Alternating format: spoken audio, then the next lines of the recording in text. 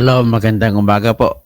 Ating pag-usapan, napaka-importanting bagay po. Ito po si Dr. Toto Tirador Causing, engineer po. Ngayon, ang ating pag-usapan ay si Sara Duterte at ang impeachment ay dead on arrival na. Paano mangyari? Ito po, ipaliwanag natin. Narinig ko po na matapang at masigasig itong bagong senador na si Rodante Marcoleta na tapusin na kagad ang impeachment. Ano kaya? Paano kaya ang paraan? Walang sinabi kung anong paraan na gagawin. Pero may isang paraan ako na nakikita bilang isang eksperensyado na naging abogado. Yan po ang aking ilalatag sa inyo kung paano po ang brilliance, pwede kong tawagin brilliant, genius na pamamaraan. At ang ito po ay malalaman ninyo, napakasimple lang. At ito po ay may koneksyon sa nangyaring eleksyon na nakaraan. At dahil po sa eleksyon nung nakaraan, ay nakakuha si Sara Duterte ng majority na dami sa bilang ng mga senador na kakampi. So, anong ibig sabihin yan? Pwede siyang makiusap na siya nang pipili kung sino magiging Senate President kasi majority 13 at the most 14 ang maipon niya. Tapos, hindi kaya at the most 16 kasi may iba pang lumapit sa kanya na mga bagong senador. Tapos, pangalawa, yung majority na yan po, ladies and gentlemen, ay makapag-control, makapag-desisyon.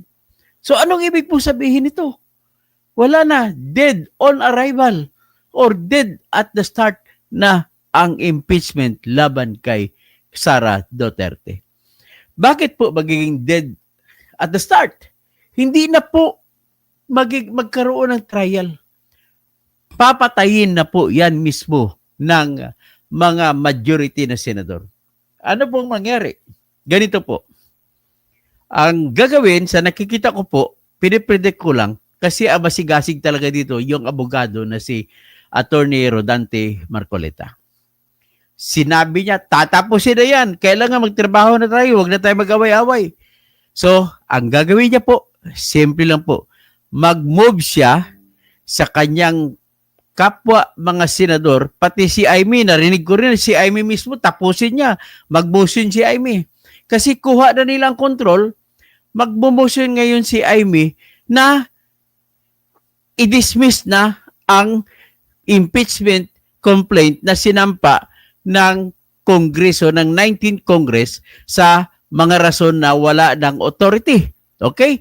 Number one na rason, dahil tatawid na sila sa panibagong Kongreso mula 19th na matatapos sa June 30, ay lilipat sila sa 20th Congress, ay open pa po ang tanong na yan. Ang tanong kasi, pwede bang itawid ang kaso na impeachment mula sa kasalukuyang kongreso na tinatawag na 19th Congress at itatawid doon sa pangalawang kongreso sa next Congress na 20th Congress? Yan ang tanong.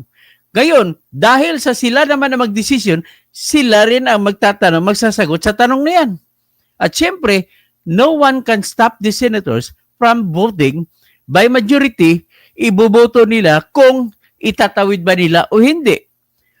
Sa tono ng pananalita po ni Rodante Marcoleta, ang boto niya ay sigurado ako na hindi na itatawid. Tatapusin na, basura na. Yan ang unang rason. Ibig sabihin, ang tinitingnan lang nila kung meron pa bang authority ang Senado na kasalukuyan na merong 12 senators na natira bago pumasok yung panibagong 12. May authority pa ba na ipagpatuloy sa kasunod na Kongreso, sa 20th Congress, itong kasong impeachment? Ako po, personal na sagot ko ay wala na pong authority. Bakit po? Unang rason, hindi po ito kagaya ng korte na RTC, MTC, Sandigan Bayan, Court of Appeals, sa Court of Tax Appeals at Supreme Court. Iba po ito. Yung mga korte na binabanggit ko ay permanente yan, tumutuloy-tuloy, hindi tumitigil ang kanyang pagiging office. Tandaan mo, ang impeachment court ay sinisilang lamang kung may sinasampang kaso. Pero kung wala, patay. Okay? So ngayon, sinasabi pa sa mga rules of procedure ng House at ng Senate ay hindi nila pwede yung lahat ng mga ginawa nila sa present Congress 19 ay hindi na pwede ipagpatuloy. Bagkus, kung meron ka mga batas na inumpisahan na sinampa para sa ngayong Kongreso, kung gusto mo ay tatalakayin pa yun sa susunod na Kongreso, isampa mo ulit. Hindi po pwede na pagpatuloy lang, isampa mo ulit. Ganun po ang mangyayari. So ngayon, dahil bawal naman magsampa ulit sa impeachment, sa loob ng isang taon, isang impeachment lang ang pwede masampa. So wala na. Nada. Sabi ng mga Chabacano, no ay impeachment. No ay hustisya. Sabi ng mga ibang naghangad na parusahan si Sara. Sabi naman ng mga DDS, no ay problema. Mga prosara, no ay problema. Yan ang mangyayari po. Dead at on arrival. DOA. Yan na itong impeachment na ito. Ito po ay sapagkat marami ang mga senador na expected ko sa bilang ko lamang. Maaari ko nagkamali pero pinakamatalino kong pag-iisip kung bakit ako nag-a-arrive sa conclusion na itong mga senador nito na babanggitin ko, ito po yung magboboto na ibasura na ang impeachment. Sa rason, number one na rason, ay sapagkat hindi na pwede maitawid ang impeachment case na naisampa sa ngayon para sa kasunod na Kongreso. Simply saying, wala ng authority ang kasunod na Senado. Okay? Yan lang. Ang pangalawang rason ay wala na ring authority yung kasunod na Kongreso ng House of Representatives naman na mag-prosecute. Wala na silang authority na magpresenta ng ebidensya. Na wala na silang authority na maglilitis kasi ang authority na paglilitis nandun sa mga House of Representatives noong 19th Congress. Natunaw na yon. Panibagong kongreso na. Hindi pwede sabihin nila na bubuo sila ng panibagong mga congressmen na mga abogado, mga prosecutors at iyon po maglilitis. No pwede. No pwede. No ay amigo. Sabi. So ngayon, dahil hindi pwede, iba yung kongreso nung nakaraan, kumbaga parang nagbigay ka lang ng SPA, Special Power of Attorney, at ang yung nagbigay ng Special Power of Attorney sa isang tao na ibebenta ang kanyang lupa, pag namatay yung pumirma ng SPA na nagbigay ng authority na ibentang lupa, wala na ring authority na ibenta ang lupa. Ganun lang, namatay na po ang 19th Congress pagdating ng July 1. Wala na. July 1, wala na, patay na ang 19th Congress. Ang kasunod na po ay 20th Congress. Tandaan nyo yan. Tandaan nyo yan. So, ibig sabihin, pag-usapan natin Senado, patay na rin po. Wala ng authority ang Senado. At sigurado ako, sa ganung isyo, hindi pa natin pinag-uusapan kung ano ang magiging isip ng Supreme Court dito. Doon pa lang sa level ng mga senador, walang makakapigil sa kanila kung mag-decision sila na hindi tatanggapin ang kaso. Sapagkat 20th Congress na. Okay? Antay nila, pagtapos la take out ng 30th, June 30, ay ibabasura na yan yung ano. Ibig sabihin, mag-umpisa lang ito, walang motion to dismiss kung sa pag-umpisa sa June 2 o June 6 ay magtatalakay sila. Pero mga preliminary matters lang yan. Bibigyan nila si Sara Duterte ng kopya ng impeachment at bigyan nila 30 days sa sasagot. Sasagot si Sara after June 30 na. Pag sumagot siya ngayon, hindi pa nag-umpisa. So, ibig sabihin, kung hindi pa nag-umpisa, dead on arrival ang mangyayari. Ganun po ang mangyayari. Ibig sabihin po, kasi majority kasi ang hawak ni Sara na senador, na buboto sa kanya, ibuboto na sila, papatayin nila yung impeachment sa rason na wala ng authority ang Senado sa kasunod na Kongreso na 20th Congress na mag-entertain ng kaso na yan. Pangalawang rason ay wala na ring authority ang House of Representatives na mag-prosecute o maglilitis at magpresenta ng ebidensya laban kay Sara Duterte patungkol sa impeachment na yan. Kasi panibagong kongreso na sila eh.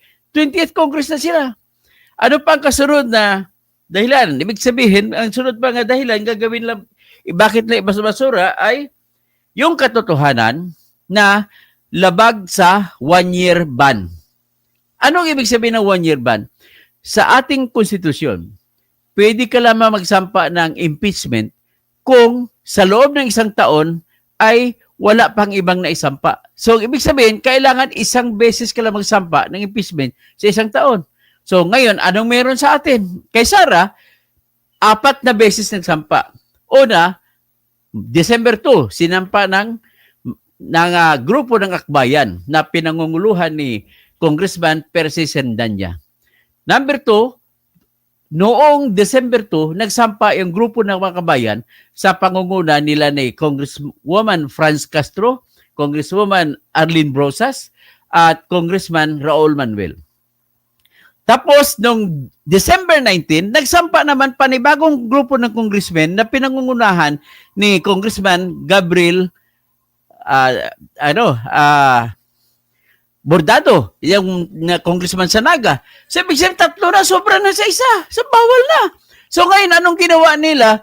Sa ilalim po ng konstitusyon natin, nag-uutos sa umpisa sa araw na natanggap ang impeachment na reklamo, ay magbilang ka ng 10 session days. Kailangan sa loob ng 10 session days, ay ibigay mo na sa speaker ng House of Representatives ang kopya ng impeachment complaint na basta verified. So, ibig sabihin, yung unang sinampa ay binigay noong December 2, dapat December 10, tapos na. Naibigay na doon at action na nakagad. Ang action yan ay yung proper committee, hindi yung committee, not at all times Justice Committee, kundi yung proper committee. Okay? Next, ang pangalawang reklamo ay December 4, dapat December 14, naibigay na. At actionan din ng proper committee nila. At ang December 19 na sinapa, dapat December 29 ay naisabit na sa kamay na speaker at actionan nila ng buong kongreso. Okay? Anong action? Proper committee rin. So ano bang proper committee?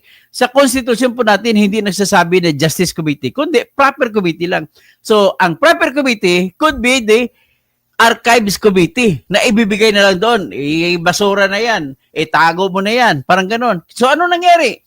Noong gumawa sila ng pang-4 na reklamo noong February 5, nag-session sila, pinresenta yung 3, unang 3 at in-archive nila. So in-archive nila, ang ibig sabihin, parang dinismiss mo na. So hindi ka na, kung dinismiss mo ng kaso, hindi ka na pwede magsampa ulit. Ang ginawa nila, yung port complaint, ang pinadala sa Senado. O, hindi, bawal na yun. So, sigurado dahil magdesisyon ay yung mga senador at kakampi na ni Sara Duterte, ang majority ng mga senado na buboto, ay patay na rin yan. Ibuboto, ibabasura na yan. Next, the rason.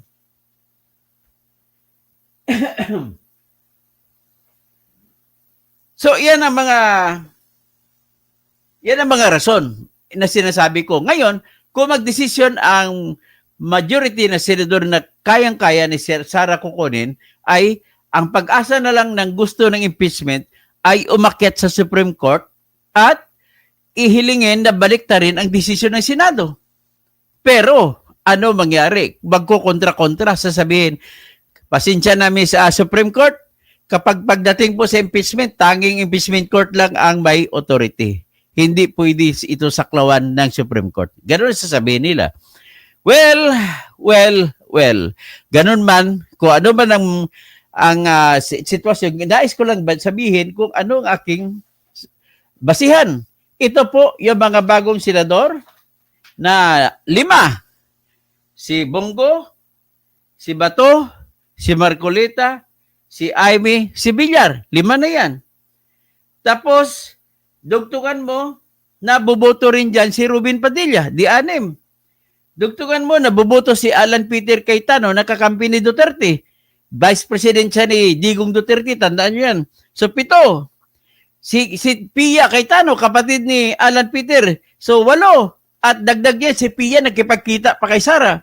Kasama si Ping Lacson. So, si Mark Villar, kapatid ni Kabil Villar. Siyam. Siyam lang ang anyway, sunod si Subiri. 10 na. Si Joel Villanueva, 11. Tapos si JB Hercito, 12. Si Loren Ligarda, sigurado yan. Sasama yan. 13 na. Majority na. 13 lang kailangan. Si Jinggoy pa, pang 14.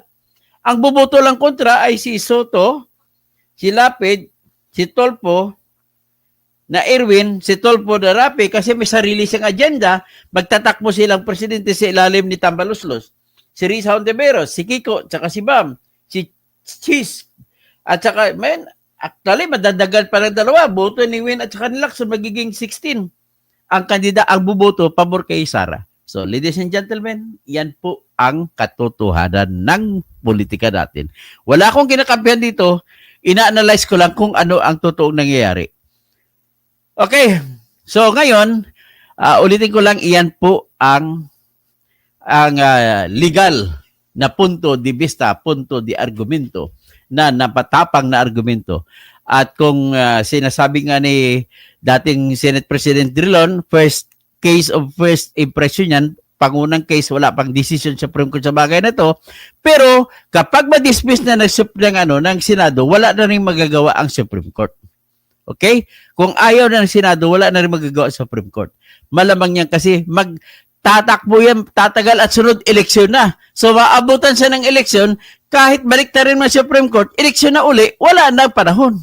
So, ang tawag dyan, moot and academic na. Okay? So, hanggang dyan lang tayo at magandang umaga po sa inyong lahat. So, Lito Bersales. At yan, ang totoo. So, Cassandra Daisy, Dr. Nieto, kasi lahat ng analysis mo, naging totoo. Lagot ni si Marcos at mga Alipores. Bernardo Minjula, good morning, Kabunyog. Kunda B. Alim, Idol Toto, pa-shout out. Nathi Sining, why donations para po tulong sa pagsampa ko ng kaso, babayad ko sa Supreme Court po.